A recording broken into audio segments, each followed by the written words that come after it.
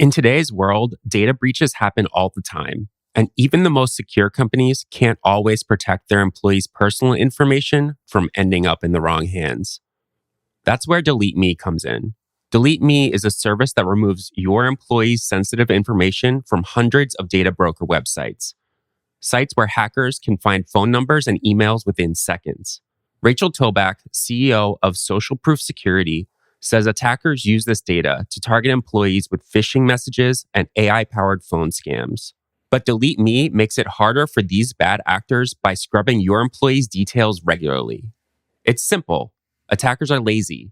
If it's too hard to find contact info, they'll move on to easier targets. DeleteMe takes care of this for you, doing the heavy lifting so you don't have to. And over time, they keep removing the information so it stays down, protecting your team from constant exposure. If your business has a social presence or deals with clients, you need DeleteMe. Visit deleteme.com/404media and start safeguarding your team's information today. That's deleteme.com/404media. Hello and welcome to the 404 Media Podcast. Joseph is out this week, so this week I'm your host, Jason Kebler. With me are Sam Cole and Emanuel Mayberg. No room to say hi? Hi. No room to say hi. So no a few pauses. things. Well, Emanuel, do you want to say hi? Hello.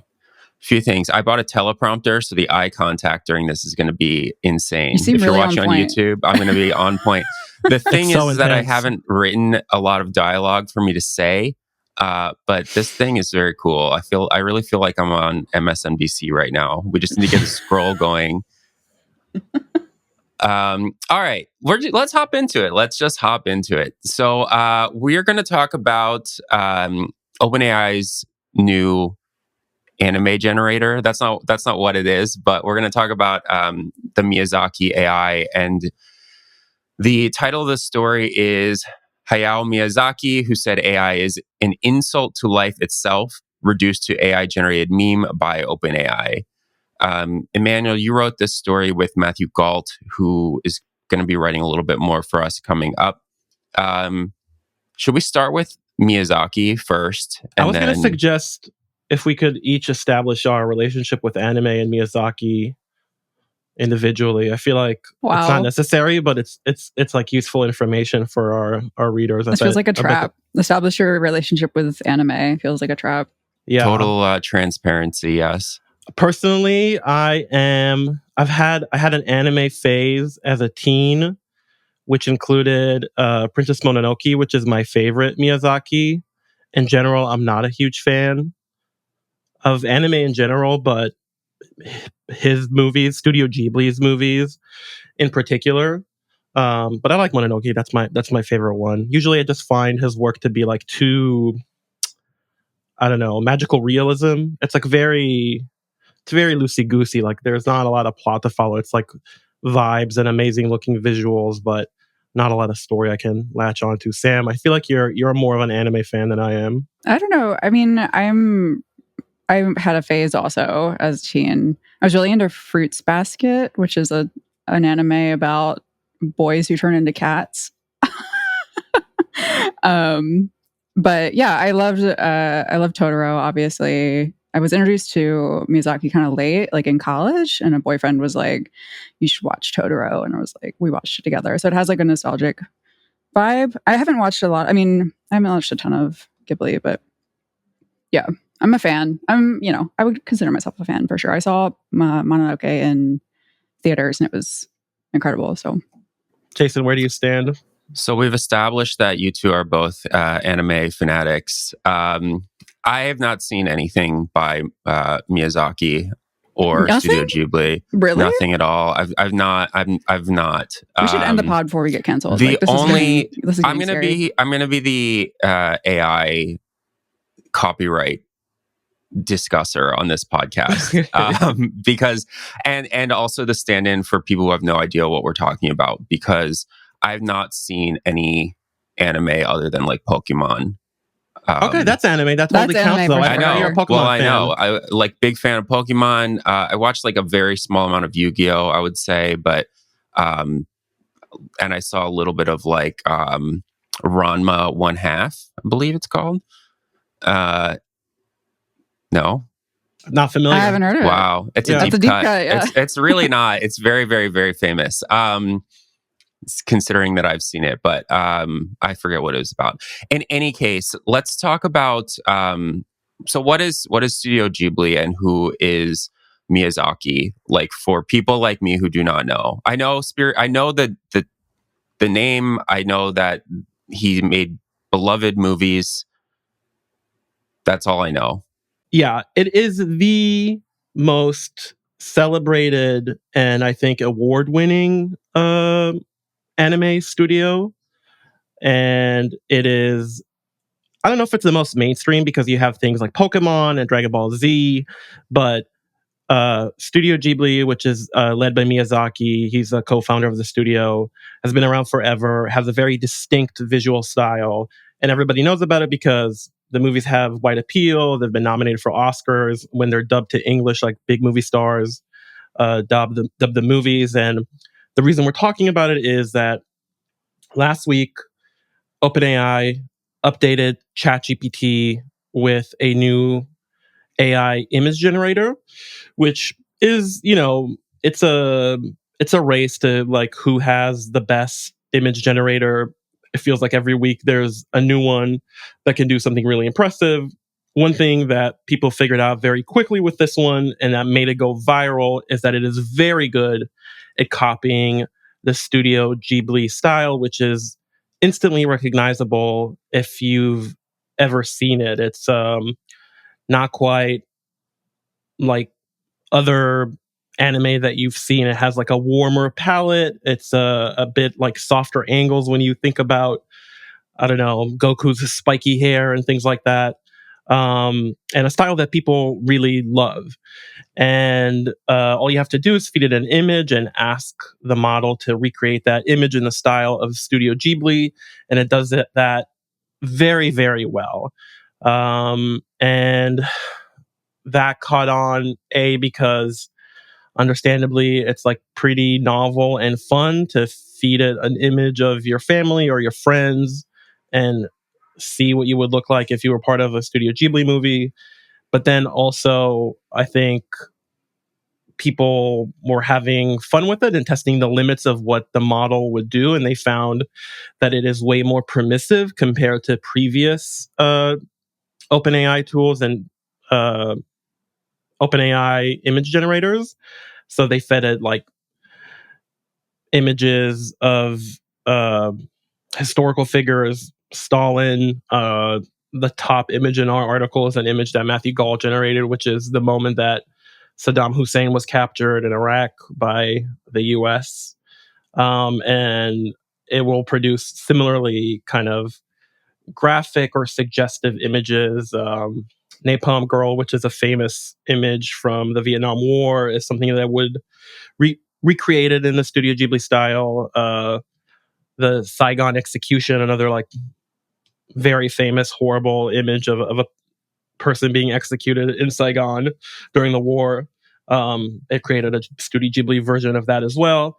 And that kind of blew up all over the internet. If you were on social media at all, I'm sure you've seen it. Yeah, I think that I guess some additional context.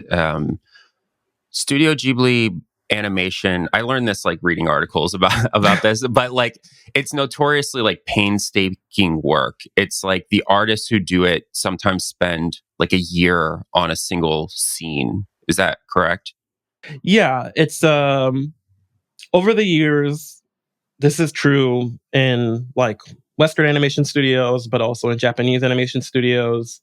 A lot of work has been outsourced, or I mean, if you know Disney movies at all, it was like a big deal when Disney started doing 3D for some of like the background stuff, which saved them some of this labor. But yeah, animation is, you're doing, I think, what, 24 frames per second, and you're hand drawing all of that if it's a Studio Ghibli movie. So they're very, very labor intensive works of art that many people work on.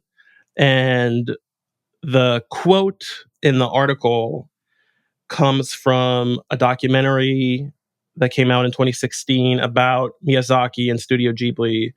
And what happens there is that I think it's a few students that come in and they're demoing a 3D model that is animated with AI. So if you're making like a Toy Story, a Pixar movie, and you're moving a 3D model, you're kind of puppeteering that 3D model frame by frame to make it walk or do anything. And they created this AI tool that animates the character, which in this case I think was kind of a zombie that was crawling, laboring across the screen, and Miyazaki sees that to these to this group of excited students, and he just shuts them down and says that it's an insult to life itself. And Yeah, so here's the full quote. He says, quote, "Whoever creates this stuff has no idea what pain is whatsoever. I am utterly disgusted. If you really want to make creepy stuff, you can go ahead and do it. I would never wish to incorporate this technology into my work at all. I strongly feel that this is an insult to life itself." yeah, pretty strong condemnation of this demo that he got, which of course kind of circles back to the fact that almost 10 years later, his signature style is reduced to an AI generated, AI powered meme. Yeah, and I think also notable, like, Sam Altman has shared images in this style. Sam Altman, the CEO of OpenAI, also changed his profile picture on X to a Ghiblified version of himself. And I think that this has started, I mean, the conversation has been going on for a very long time, but it started yet again the conversation about one, AI generated art, but then also, the theft of this art and the fact that this is clearly trained on, tons and tons and tons of copyrighted work. And then, as you mentioned, it feels like the guardrails on this new tool are worse than ever. I mean, I've seen not just, Miyazaki, Studio Ghibli AI versions of, horrifying things, but I've also seen people just say like, "Hey, generate me an image of the Pope," and it does. Generate me an image of LeBron James, and it does. Um, that's something that in the past OpenAI has attempted to prevent, and it suggests that the company is like really flouting this idea that it's going to win these lawsuits that are against it, that it is trying to take off like as many guardrails as possible, I guess.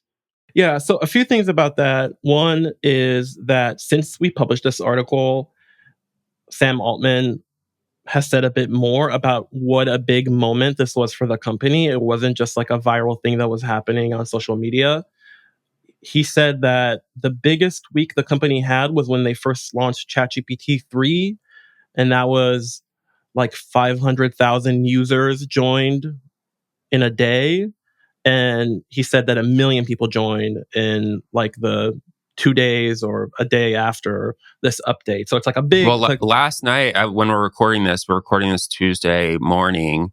On Monday night, he tweeted that 1 million people joined in an hour. yeah, right. Okay, yeah. So that's even more impressive than I thought. It's like legitimately a big deal for their business. So in terms of the guardrails, I think there's two things that are happening. One is that OpenAI has taken a lot of flack and is also facing real lawsuits from artists who are mad that previously you could go to DALL-E, which is not, it's one of its AI image generators, and say, generate me an image in the style of fill in your specific artist. And they're getting sued over that. And what they said in response to our request for comment is that they now will prevent generation of images in the style of a specific artist, but they're okay with generating images in the style of a specific studio. So you could say, generate an image in the style of Pixar, generate an image in the style of Studio Ghibli, but not generate an image in the style of Samantha Cole's watercolors, you know? Which is, I don't know. I don't know. Clearly, this is in response to the lawsuits, but I don't know what the legal thinking is behind the scenes that they think this is somehow, that's a lawsuit that they're less likely to lose. The other thing is that I think it was in 2023 that Sam wrote about how DALL-E refused. No, it was actually, yes, it was DALL-E that refused to generate images of Julius Caesar. That is how strict the guardrails were back then. And those are just not there anymore. And Sam Altman has talked about this a little bit, that they want to have more open models. They want less restrictions. And I think, honestly, it's like, I don't know the thinking behind that either, but that seems to me a reaction to the competition and other models being more permissive. And then also just the fact that Trump is in the White House and they think that restrictions are like woke and left coded, and they feel like they're not as likely to get in trouble for doing that kind of thing. Yeah, I mean, it feels to me like, if you can't generate, a fucked up image on ChatGPT, you'll just go somewhere else and do it. And Sam Altman might see this as like, oh, we're like losing users to Chinese image generators. We're losing users to like these startup image generators, so on and so forth. And they're just making a bet that they're not going to face some sort of enforcement here. And it's interesting. We're going to talk about this in the subscribers section, but I did an article about brainrot AI and how it's taking over Instagram. And a lot of these are like really graphic depictions of like sexual situations between LeBron James and Steph Curry and Diddy and things like that. And it's like, I don't know, you can imagine what these things might be.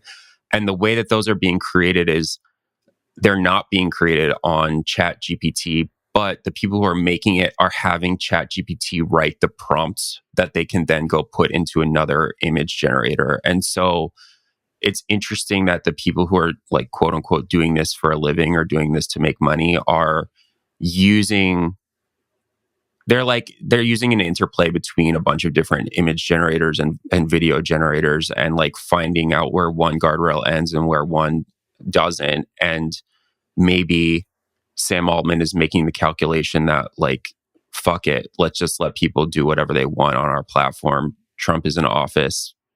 FTC is not going to come after us.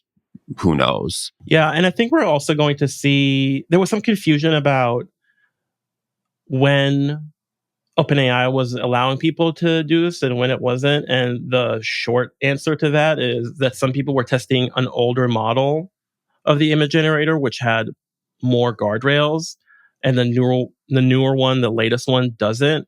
And it makes me wonder if, because Sora is very guarded right now, but when they release the next Sora model, is that going to be more lax? And then are you going to see the type of thing that we're going to talk about later, just coming directly out of OpenAI tools without all these workarounds? Just like another thing that I really wanted to mention is that, as you said, animation is very labor intensive, and Studio Ghibli's stuff is very labor intensive. And I suspect that they are not going to change that because that's part of the studio's legacy. And they're very proud of how they do this work. But there's been like a long history in animation of outsourcing a lot of the work.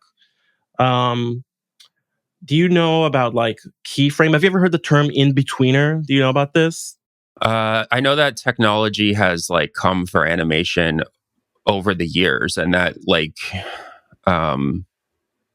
not every single cell is animated by the same person necessarily, or not every single cell is even animated by hand anymore. Right. So it used to be like in the 90s that American studios, and I think some Japanese studios, they would draw the key frames, as it's called. So it's like one frame every second or a couple of frames every second that are the key positions of the character, like the primary action.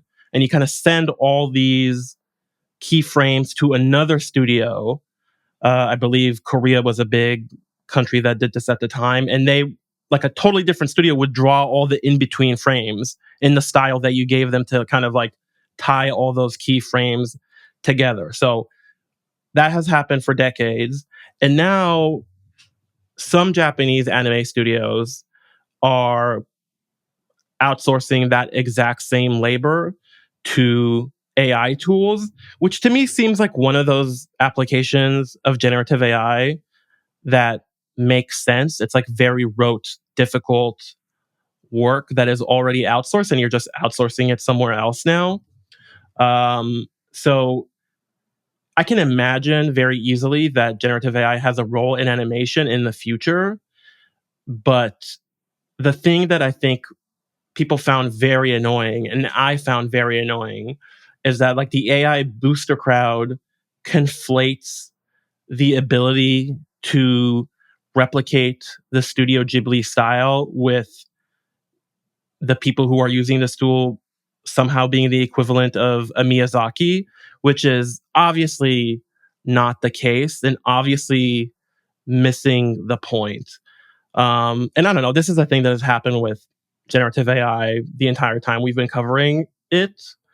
But yeah, it's like there's a tool, there's probably a practical application of it in the future, but the AI booster crowd has so much glee about the possibility of putting artists out of work or somehow devaluing their work. Like there was this meme that was going around like, oh, it's over for illustrators, it's game over for animators, which I'm sure there will be an impact, but that is not what the tool is. The tool is a proof of concept and a fun fad, Yeah. but replicating the style of Studio Ghibli does not make you a master artist like a Miyazaki. Yeah, I want to hear from Sam in a minute because she's done the most sort of reporting on the fact that all of these things are trained on, tons and tons and tons of like, you know, cartoons, videos, YouTube videos, real photos, etc. Like this is all trained on the work of real artists.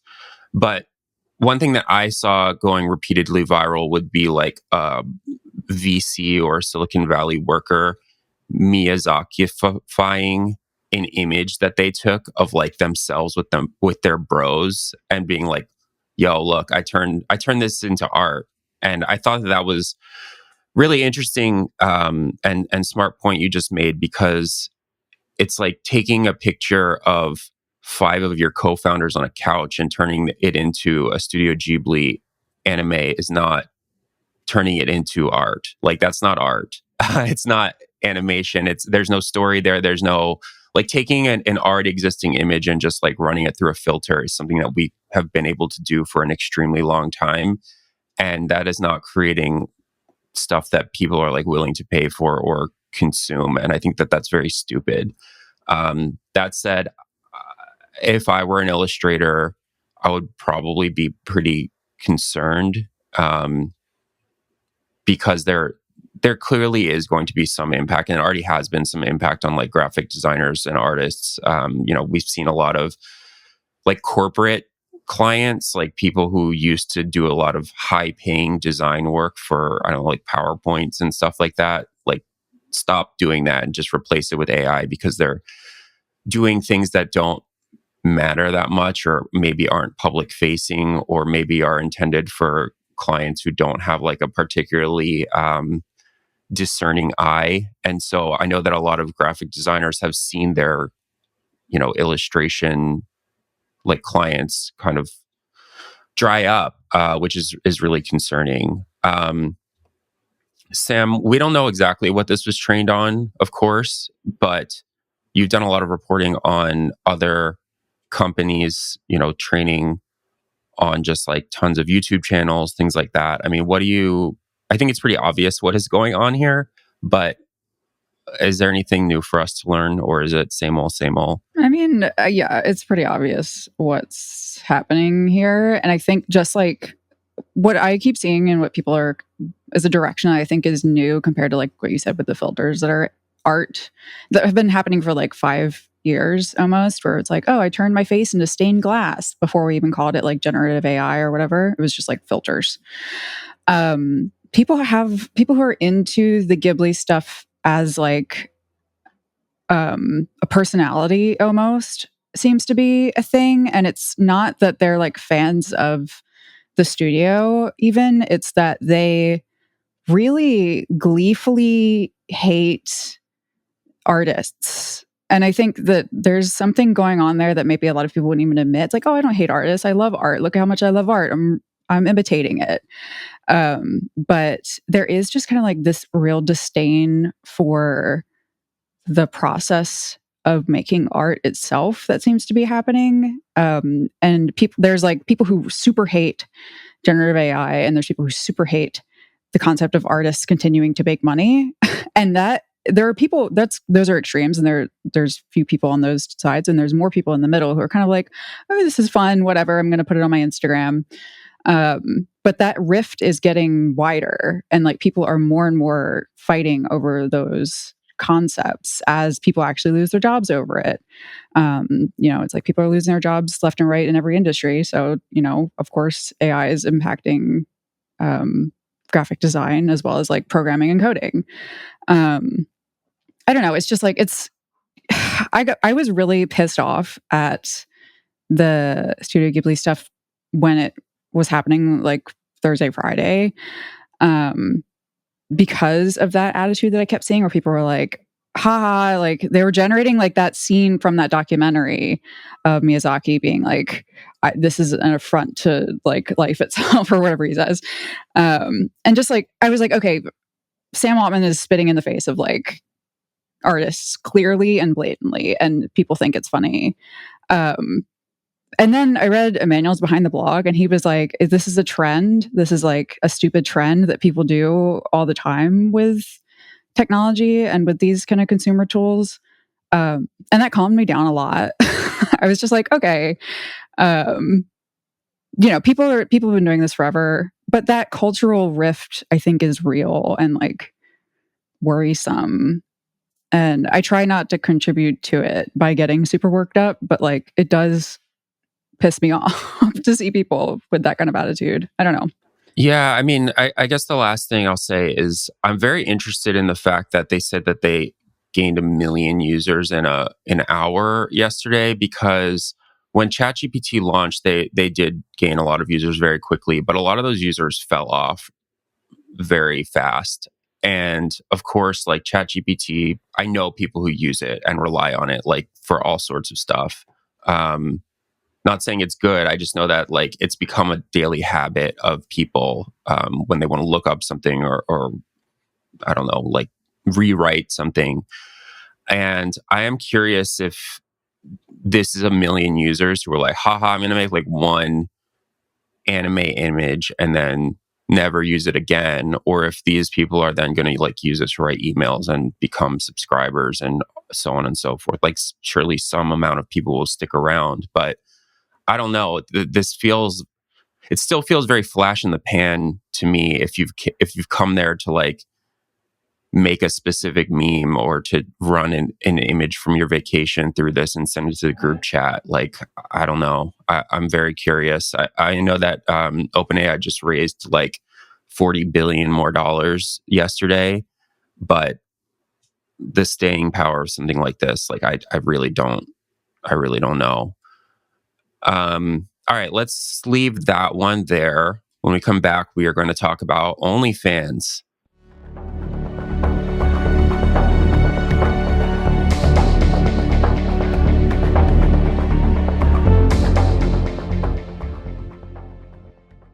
Big tech's social media algorithms have made finding and consuming the news exhausting. It's tough scrolling through timelines full of content that have been reverse engineered to perform well in an algorithm, have risen to the top of your feed with the help of targeted advertising, and content that's just generally designed to keep us in the dark. I recently discovered Ground News, a news platform that doesn't use manipulative algorithms and which lets me quickly see how news outlets around the world are covering a story. For example, I've been really interested in the impact tariffs might have on the economy and my day-to-day existence. A recent page on Ground News aggregated 100 different news sources about tariffs on Canada and allowed me to easily filter through American and Canadian perspectives on the tariffs. I could also find out what people on the left, right, and center were saying about it. From the Associated Press, A Senate vote to reverse Trump's tariffs on Canada is testing Republican support. From Canada's The Globe and Mail, Trump's proposed tariffs likely to cause shortages of Canadian-made drugs in the US. No matter your political leanings, I always feel like I want to know what the discourse is about any topic I care about. Ground News lets me do that quickly without the algorithms. Go to groundnews.com/media to get 40% off the Ground News Vantage plan and get access to all of their news analysis features. That's groundnews.com/media for 40% off the Ground News Vantage plan for a limited time only. groundnews.com/media. One of the smartest apps you can have on your phone in 2025 is Upside. Upside gives you the power to earn more on the stuff you buy all the time. Whether you're filling up your tank, going out to eat, or shopping for groceries, the Upside app lets you earn cash back on every purchase. Upside users are making as much as $280 a year. I used the Upside app the other day to go to the gas station I always go to, and I got 25 cents back on my first tank of gas. That's what I like best about Upside. I'm able to get cash back for shopping at the places I already go to. To get started, download the free Upside app. Use my promo code 404 and get an extra 25 cents back for every gallon on your first tank of gas. After that, use Upside at any one of more than 100,000 gas stations, grocery stores, and restaurants to earn an average of 8% back on restaurant and grocery purchases. The best part? These stack on top of whatever credit or debit card rewards you might already be earning. Start getting hundreds of dollars back per year. Download the free Upside app and use promo code 404 to get an extra 25 cents back for every gallon on your first tank of gas. That's an extra 25 cents back for every gallon on your first tank of gas by downloading the Upside app and using code 404. Hey, it's Joseph again.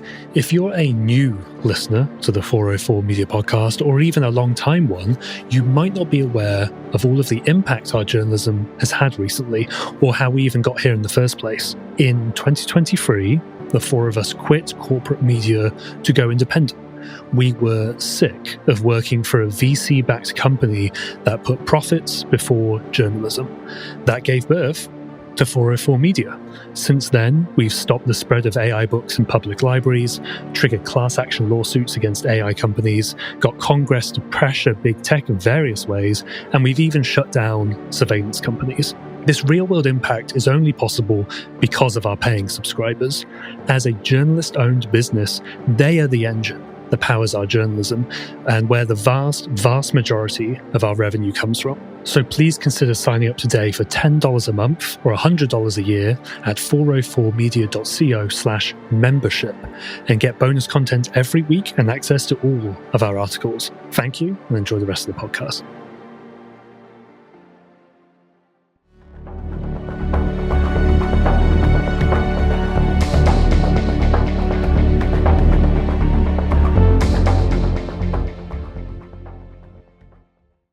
Okay, we are back. Sam, this is yours, and it was published this morning.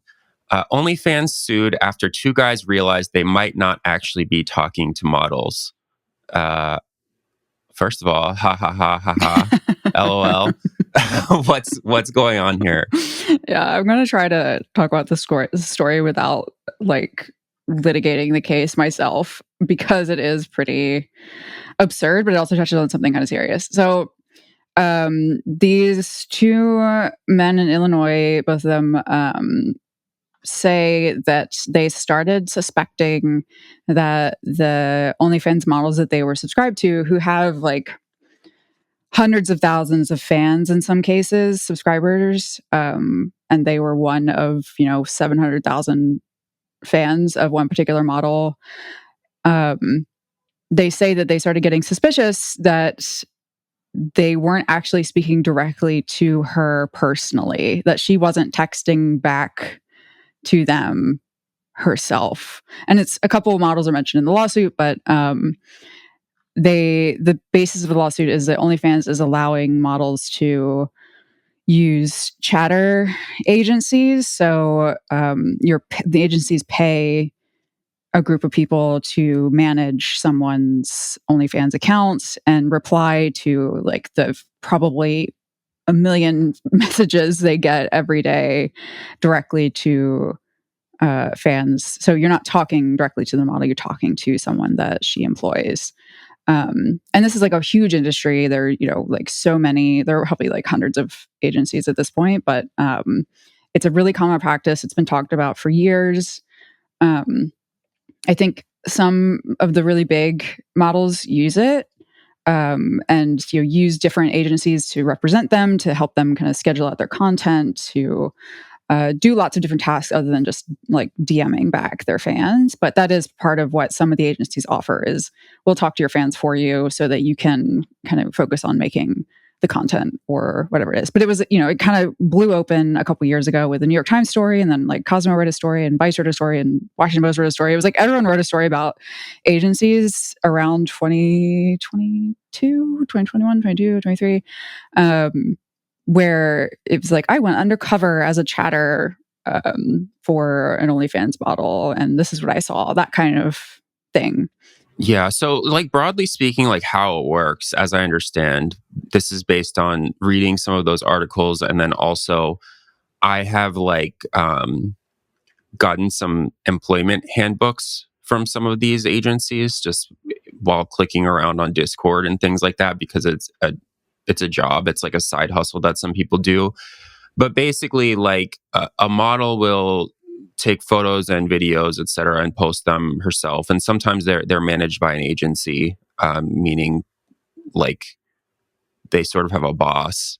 Is this correct? Before I keep going, like sometimes they do it on their own, and sometimes they have like a manager, or a boss, something like that. Yeah. And then they post their images to OnlyFans, and then the people who subscribe to them will start messaging them, and then like essentially an army of chatters, of people who just like their only job is to talk to people on OnlyFans pretending to be these models, will have either scripts or guidelines for what they are supposed to say. And if they're like sexting with a client, they are given, like, in some cases, images or videos that they can then share, like a separate cache of photos that they can use to keep the conversation going. And then sometimes AI is involved to some extent. I don't know if on OnlyFans that is the case, but I know that on some other OnlyFans competitors, like, you can outsource all of this to AI.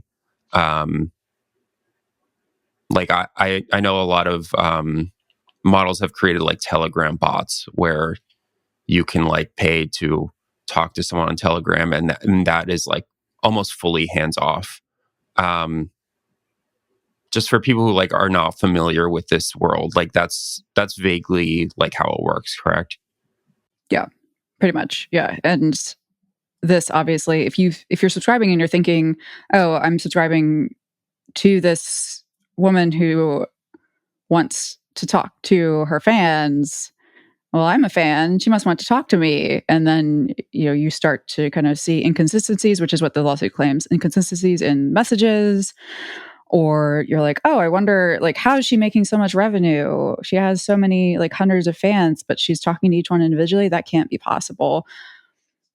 Putting two and two together, I guess, it kind of comes to light. It's like, oh, maybe this is someone who's using one of these agencies that is very widely publicized and documented. And maybe I am talking to some rando in their own house, like one of hundreds of chatters for this one model. So that's what the lawsuit is bringing OnlyFans to task for. And a lot of the lawsuit, it's like, I don't know, it's like 60 something pages. It's really long.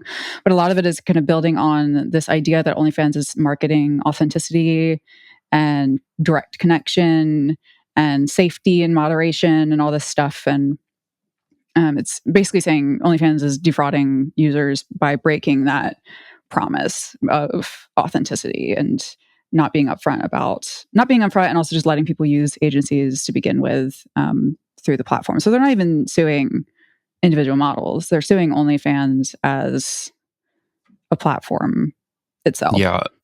Two extremely funny lines from this lawsuit. Plaintiff created an account primarily in order to engage in friendly conversations with models and share photographs of his cooking creations. Yeah, for sure, bro. Very, very funny. And then the other point is that they basically became suspicious because they saw one of the models had 700,000 fans and saying, like, how could they talk to all these people? And something that like really stood out to me is that there's no like smoking gun in this lawsuit. Like they Right. don't say, we are sure that they were using chatters because, you know, I spoke to one of the chatters and they said that they were not actually the model. It's just that they saw that they had a lot of followers, a lot of fans, and they're like, well, it would be impossible. And I don't know. I just don't think that is probably the basis of a successful lawsuit. Like generally, I would think you would need more evidence of this, and it's also like not clear that.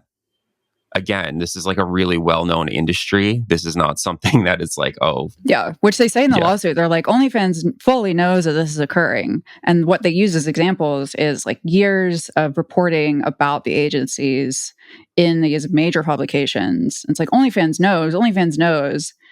But why did the guys not know? Yeah, you know, it's like, does it not go both ways? I don't know. I mean, that's for the courts to figure out. And I think they're probably banking on this going to trial as a class action because they're seeking national level and also people specifically situated in Illinois. But they're hoping that it shakes out in court, I'm sure, where it's like there's some kind of discovery process where it's shown that they have to then like go through every claim that every person in the class action is making against a specific model, which would be a fucking nightmare, just like logistically. Yeah. But you know, there's a trial just went to a case just went to trial, or it was set to go to trial in 2 years from now. It's like they decided that it would go to trial eventually. Last month, that was decided. I saw that in your article, and that's really crazy. It's crazy. That they're like, this lawsuit from 2024 will go to trial in 2027. That's right. A really long time just to get this thing started. Yeah, for sure. Sam, just to be clear, like your $12 a month does not get you unlimited attention from models, personal like reviews of your cooking creations and things like this. Like this is not part of the deal. To be fair to our cooking enthusiasts in this particular story, a lot of the bios and like the advertising that the models use is like, talk to me, you know, it's like, talk directly to me about your day. It's like that is kind of the pitch in a lot of ways, is like, you get to talk to me. And I think a lot of models do it that way, actually. Like they do actually put in the time and the work to talk directly to their fans. They do use automated systems a lot where it's like they'll send, if you subscribe to some particular tier, you'll get an automatic like short video clip about her day or something. But like a lot of them do have levels where it's like you can talk directly to them, almost like a sexting kind of situation. But there are platforms for that also. It's like you can go use like Sex Panther or something and like talk directly to a model. You know, it's like, I mean, maybe those platforms have the same problem, but that is the pitch in a lot of places. And a lot of models do use that kind of language.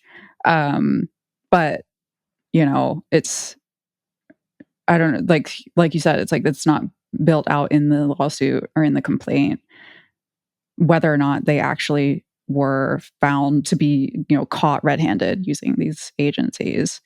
And a lot of people do use them. So they're not illegal to use. Can you imagine if, regardless of how the lawsuit shakes out, that OnlyFans starts requiring creators on the platform to disclose whether they use a service like this or not? I can imagine them doing that just to like not have this be an issue. And I don't necessarily have a problem with it. I think it's pretty crazy to bring a lawsuit forward about this and to not understand that a model with 700,000 followers would obviously not be texting you. But I also don't see a problem with just like resolving this.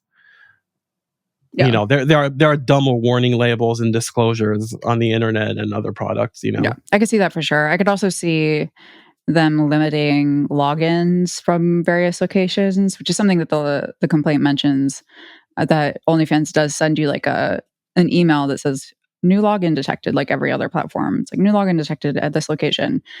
So OnlyFans knows where the logins are coming from or how many people are logged into an account at one time. So, you know, do they know that people are logged in to one specific model's account at the same time? If it's like 50 people logged in at the same time, maybe that's something that triggers some kind of, I don't know, like warning for the model or something. Or maybe they're using platforms that don't even, you know, like schedulers that you use for social media. It's like maybe they're not even required to be logged in directly. So, I don't know. I mean, I was going to say, I could see a world where that happens. I don't necessarily think that is fair to the models, depending, because it's like, I don't know, we schedule some of our social media posts to go out. It's like, do you need to know if I like click the button at that moment, or if someone else is clicking the button, or what? And I know that there is a difference between like, we scheduled a Blue Sky post to go out in 15 minutes and it went out and there wasn't a human being clicking that button at that time, versus like a back and forth text exchange or chat exchange. But, you know, I could see that having like quite an impact on models' finances, of course. And I bet that there's layers of gray to it, I guess, where there's like fully automated, semi-automated, like where is the line, I guess, would probably be somewhat tricky. Yeah, I would think some kind of like disclaimer, like Emanuel said, would be a middle ground.